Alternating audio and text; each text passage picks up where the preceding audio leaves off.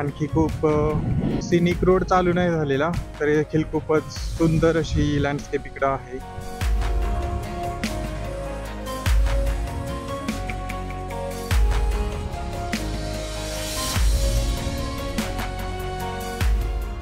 या टेकडीच्या पलीकडेच बोहरगिरी गाव पण आहे. बोहरगिरी किल्ला आहे.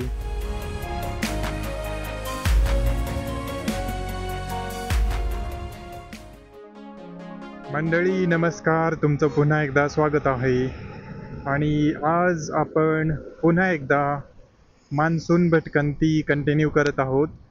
आणि आज आपण पाहणार आहोत भीमाशंकर आणि बोहरगिरी जवळचा एक हिडन वॉटरफॉल. सध्या आपण राजगुरुनगर जवळ आहोत. चला तर हे ॲडव्हेंचर आता सुरू करूया. Let's go.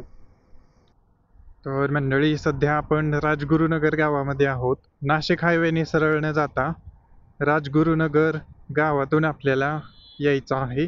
आणि आता या ब्रिजवरून सध्या आपण चाललेलो आहोत. या गावाचं नाव आधी खेड असं होतं, मात्र जे शहीद राजगुरू होते भगतसिंग, सुखदेव आणि राजगुरू, तर त्यांच्यातले जे राजगुरू होते त्यांच्या नावावरनं या गावाचं नाव, मात्र तालुक्याचं नाव सध्या खेड तालुका असंच आहे.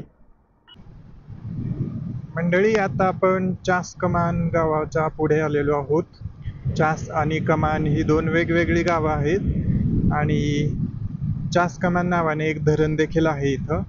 ते ऑलरेडी आपण क्रॉस केलेलं आहे. रोड बघू शकता, जबरदस्त सिनरी आहे. लविंग दिस रोड ऑलरेडी.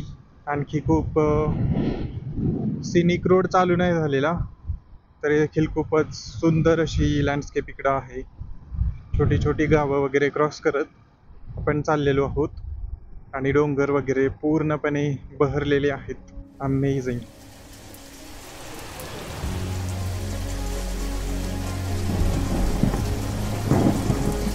रस्त्यात पावसाने गाठलं. मग काय, एका हॉटेलमध्ये जाऊन मस्तपैकी भजी आणि मिसळवर ताव मारला.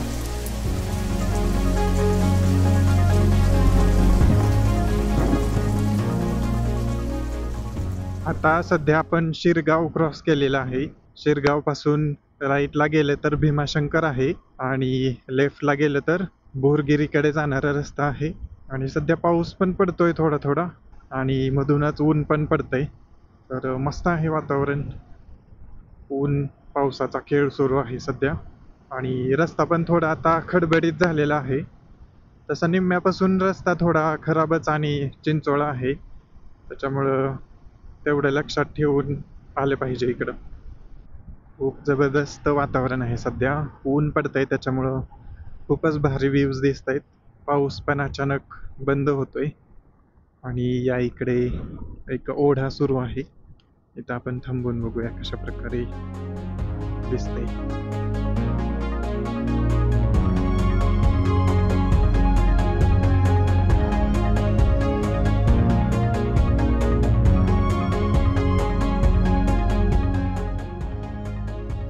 उन्हाळ्यात कोरडे फट्ट असणारे ओहोळ पावसाळ्यात मात्र भरभरून वाहत असतात.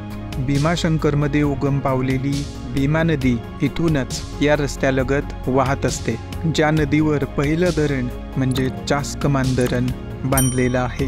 अशाच खूप साऱ्या जलस्रोतांपैकी एक छान असा पूल, जिथून एक छोटा बंधारा आहे, ज्याच्यातून खूपच सुंदर प्रकारे पाणी खळाळून वाहत होतं. मग काय, थांबून तिथून छानपैकी दृश्य टिपली. या निमित्ताने प्रवासाचा थोडाफार आलेला थकवा देखील दूर होऊन जातो.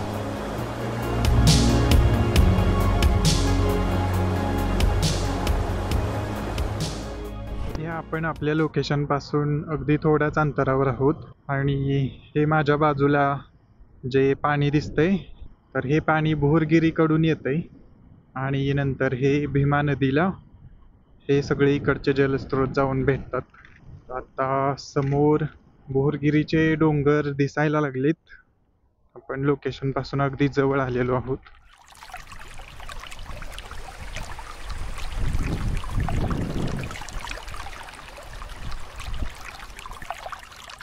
तर मंडळी अशा प्रकारे आहे. इकडं एक खूपच सुंदर असा ओहोळा आहे.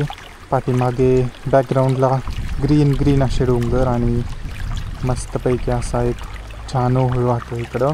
पाठीमागच आता बोरगिरी आहे जवळच आणि भिवे गाव आहे जिथून आपल्याला वॉटरफॉल एक्सप्लोअर करायला जायचं आहे. मंडळी, आता आपण भिवे गावच्या जवळ आलेलो आहोत आणि त्या गावापासून आपल्याला राईट टर्न घ्यायचा आहे.